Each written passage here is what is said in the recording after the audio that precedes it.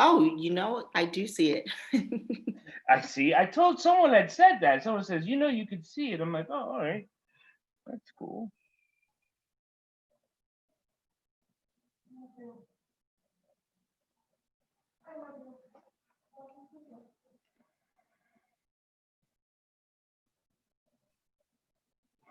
There it is, and we are live. Welcome to Dr. Paul Bridges Live. I'm here with Dr. Only, and we are going to be talking over mental health. We're going to be here every Monday.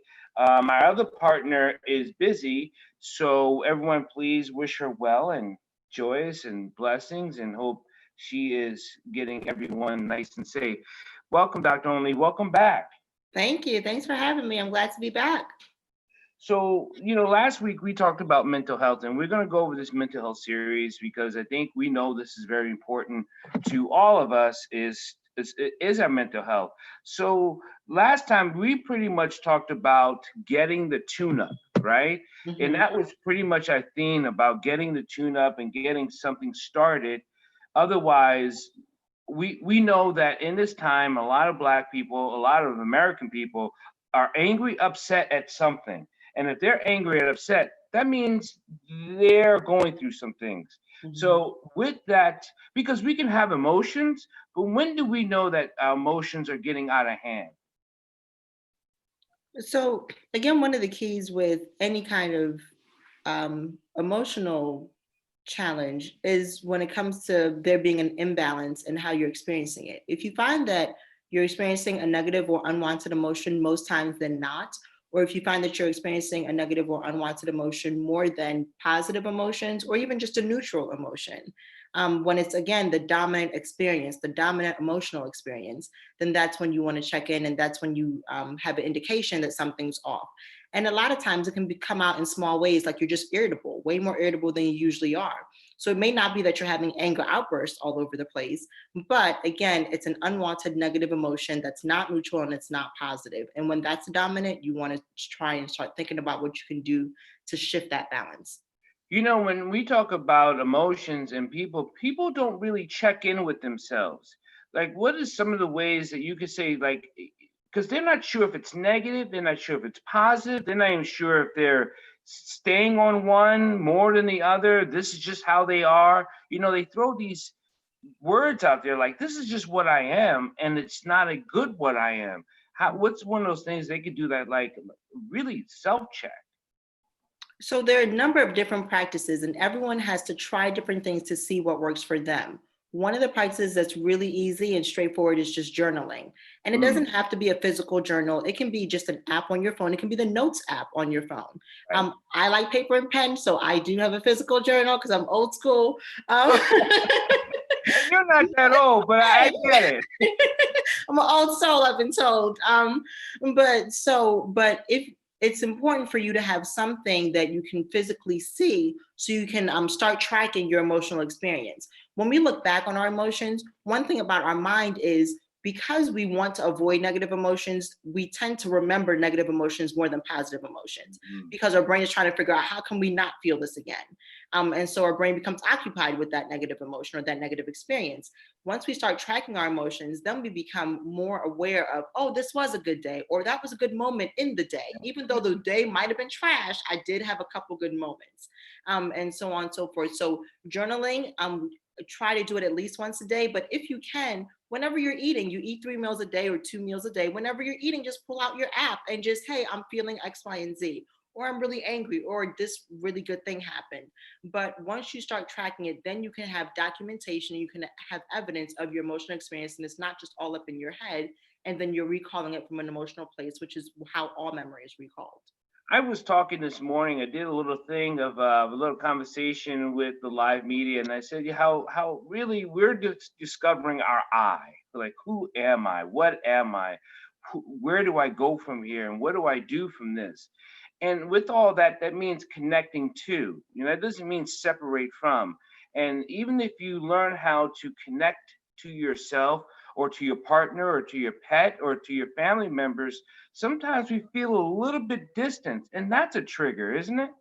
Absolutely. Now, one of the wonderful things you said is that discovery of the I. And not to get too spiritual, but that I am is a very powerful statement.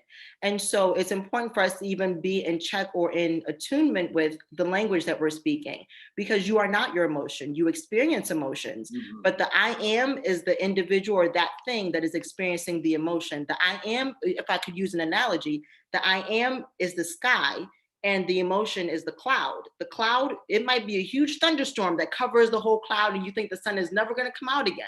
But at the end of the day, the cloud always passes, the sky remains. The I am remains, but the emotion passes. So even starting to use the language of I am well, but I'm experiencing anger, that Right. can start separating that I am from that emotional experience.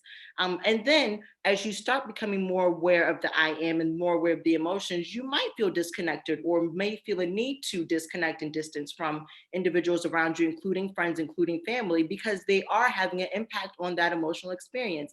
But that Yeah. awareness is how you start to set boundaries. And those boundaries is the first step to having a healthy emotional experience. And that's that awareness, which we've talked about before, developing that awareness, because we need to, and that's a tough word, need.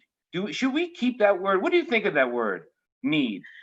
It's a So tough one. it's a tough one. It's a tough one. I'm not a fan. I'm not a I'm not fan of I need, and I'm not a fan of I should. Those right. two Should I think should be need. taken out of our vocabulary Yeah. personally. Can't Because do. I'm a big non-can. Just take out the can. Can't. absolutely that, yes, that is a given. Because at the end of the day, all you need is within you. So you have all you need. Now you have desires and you have wants, and all, Mhm. and those are great and perfect and fine. But it's important to understand your wholeness and know that you have all you need within you. Right. So now let's get into. We're going to go over some meat and stuff for people who heard us last week. They were like, okay, so now that I want to start a process, how do I? We got journaling. Let's start with journaling. So we have journaling. Do I go over the journaling? Do I analyze my journaling? Do I self beat up the journal? Like how do I start this? Like most people are thinking, how do I start this process? Right. So one of the things that you that is special about a journal is you get to use it however you want. You get to use it as it works for you. One of the things I always tell my clients is to set an intention with your journal. What is it that you want to understand, or what is it that you want to get out of this journal experience?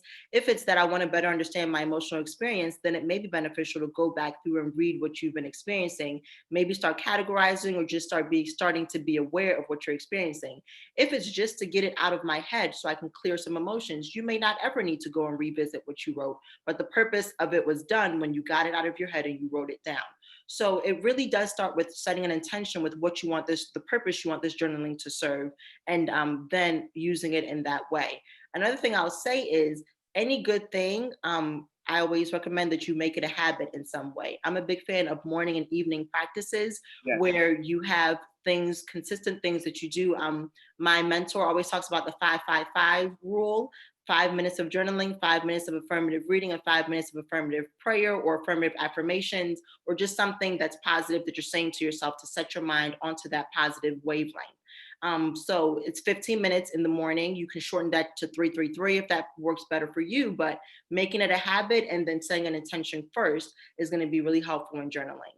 You know what I like about the 5-5-5, and I like and when you use the word that intentional practice, I just started smiling inside because I know exactly, if we don't develop a personal intentional practice, then how can we ever have a barometer of what we are and what we're able to be that day or that moment? Because if you run over that intentional practice of your time, that is a total indicator that you're misplacing yourself in that day.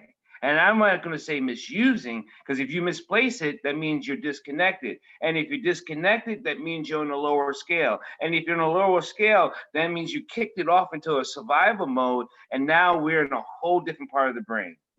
Absolutely, absolutely. And when you tie in that part of the brain, again, the amygdala versus using your prefrontal cortex, which is the CEO of the brain, then we do see a lot of reacting to life versus responding to life.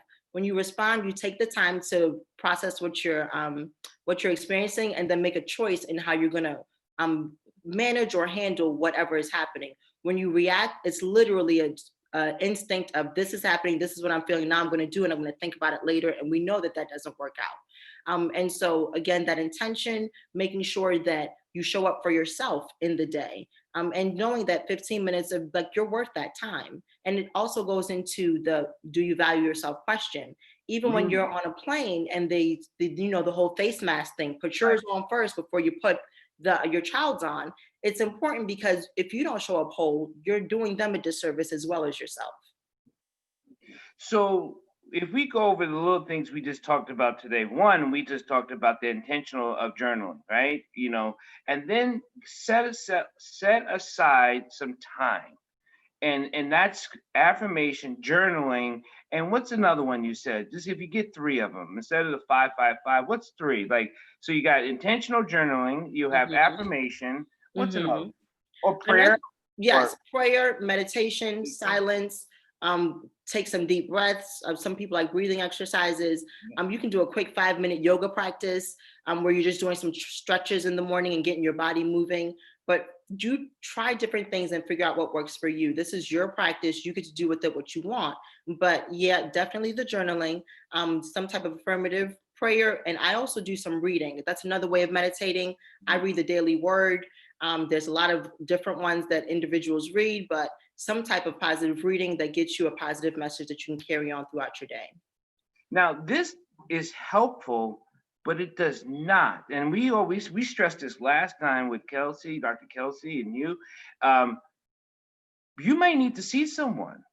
And there's telehelp, there's conference calls. We're doing the Zoom thing now. I mean, we can get in contact with someone to say, hey, I am going through this. This is where I'm at. I started this little journaling, I started this little prayer, I started a little affirmation, and yet I am still running over myself. I feel very tense about things are happening and things are going on. What do I do next? Yeah, I definitely think that doing these practices are very helpful just for yourself. But if you find that you're still overwhelmed, you're still feeling these overwhelming negative emotions, your day is still imbalanced, you're not getting good sleep, then it may be a good indication that it's time to find someone. Right now, most of the mental health places are doing telehealth. Mhm. So it can be as simple as just Googling if you want a Black therapist, if you want a Right. female, a male, it can be an easy Google search. I always say finding a good therapist is like finding a good pair of jeans. You got to try some different ones on, and then when it fits, you know. And so, and so, just making sure that you're looking at different resources, you're calling different people. A lot of people give free consultations. They might be about 15 minutes. In those consultations, I strongly encourage you to ask questions. What is your understanding of, like for Black clients in particular, what's your understanding of what's happening in society right now? What's your Yeah. understanding of the Black Lives Matter movement? Having those types of questions to make sure that it's a good fit for you, that's your time. It's not just about them telling you what they can do for you, but you're the one doing the interview. And for you guys out there listening, it may not be jeans, but maybe some of you guys are into automobiles. I know I'm not, and sometimes you just have to do a test drive and drive it. And you gotta, I get the women in the jeans, but men are like, I don't know about the jeans. Fair enough. Fair enough. A car, automobile is a good one too. Definitely. We there's not. I don't know if we could say this enough about stigmas in the Black community, Black men, Black women, about getting help.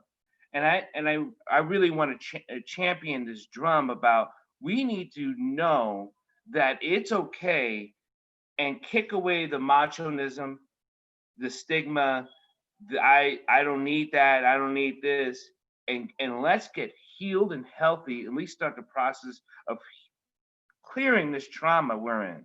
Hmm. Definitely. And when it comes to the stigma, I think it's important to again ask yourself certain questions about what is the value of my healing? What would it look like? What do I really want in this?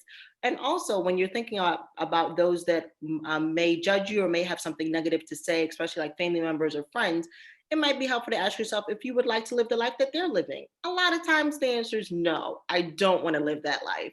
And so think about the people that that are quote unquote judging you or Right. that have this stigma, because unfortunately the world that we live in is not very healthy.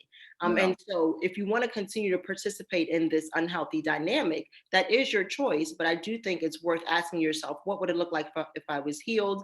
And am I willing to do what it takes in order to reach that destination You or know, that experience? are you a fan of behavioral sciences, for the history of behavioral sciences? I'm sorry, say that again. Are you a fan of the history of behavioral sciences? I I'm aware of it. I wrote a paper on it. I'm not a fan. Because here's the thing, and I'm just such a reader, behavioral sciences, and then the sciences and the cells. There's not many papers you can find on mental health in revolution. Mm, Right. So if you were to go study a therapist or a scientist of the times in a revolution, there's not much out there. So we're in a whole new paradigm right now because this is our revolution. This is, and for us to think that this isn't normal, I shouldn't be feeling this way. We're in a whole different shift here. So we have to maybe stop thinking that I'm level or maybe I'm wrong in feeling this way. This is new. mhm. Definitely, definitely. And I think with any revolution, it's important to keep in mind that there's, especially historically, there are certain people that have had the control of the pen. There are certain people that have been able to write those stories and Right. write those journal articles and actually publish them. And so part of this is going to be making an informed and intentional commitment to writing your own story and rewriting what may have already been written about you, but really taking control of that story that's being written. But and then also recognizing that in any revolution, it's going to be new. It's going to feel weird or different because it's new, and that's to be expected.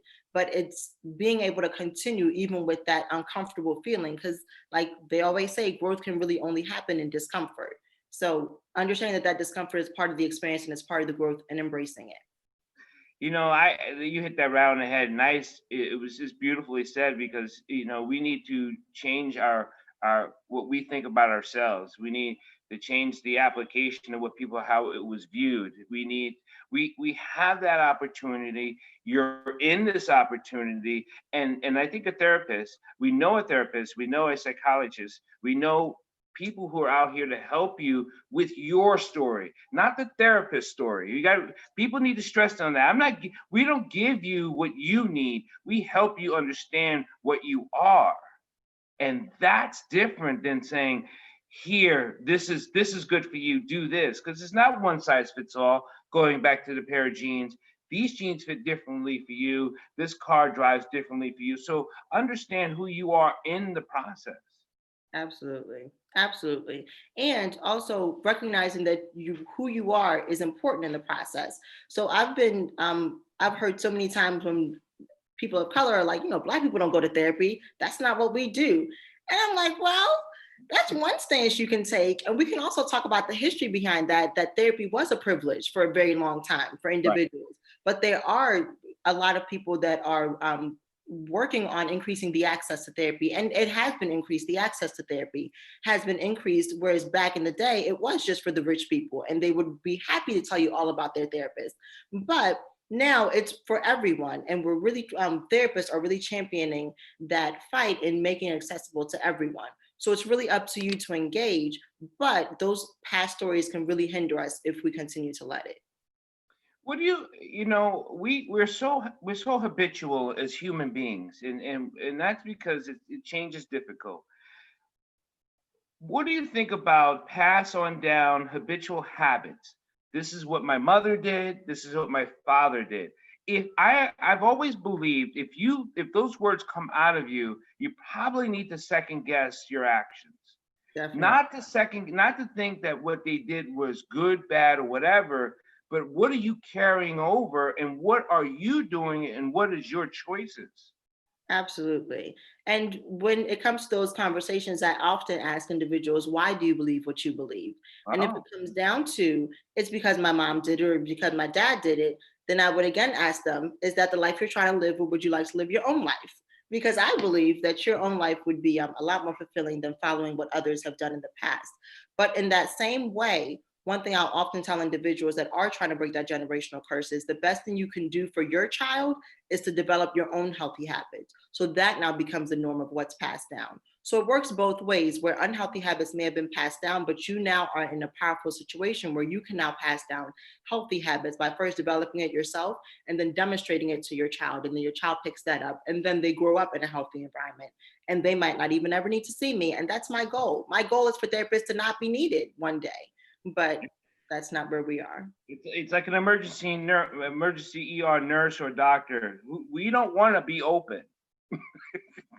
We're trying to get put out of business here. That is my goal. Please put me out. But and that is with the understanding that at the end of the day, all I do as a therapist is point you back to you. You have all that you need within you. And once you remember who you are, you don't need me.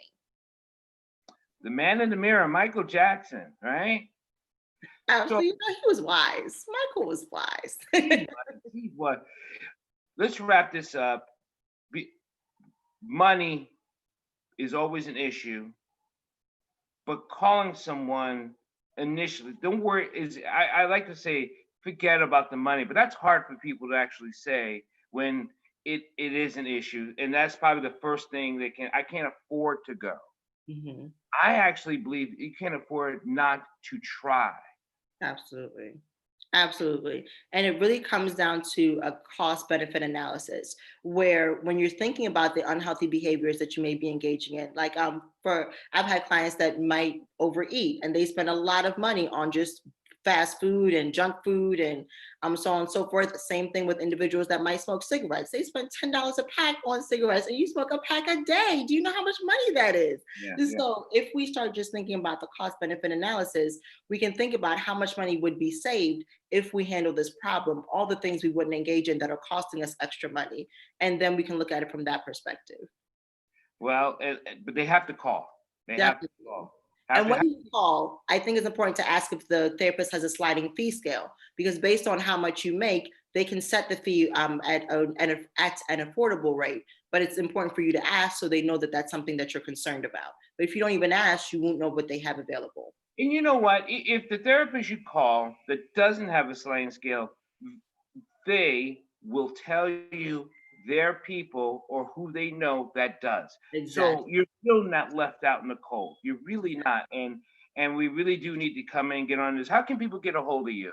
I know we're going to do this every week, but how can people get a hold of you? Definitely. So the best way to get a hold of me is through email. You can reach me at oni.anukem@gmail.com. It's spelled ONYI.ANUKEM@gmail.com. We're going to keep pounding this every week for our next couple of week series. Mental health is something that we all need to talk about. I've been doing some panel discussions on mental health with some other champion mental health professionals, and I just think we have some great ideas. I don't call them solutions. I have to give them ideas, right? Because solution means that's it. Once you get it, you're done. It's over. And this is not something you can ever be done with. But this is definitely a practice. This is definitely an effort you have to do.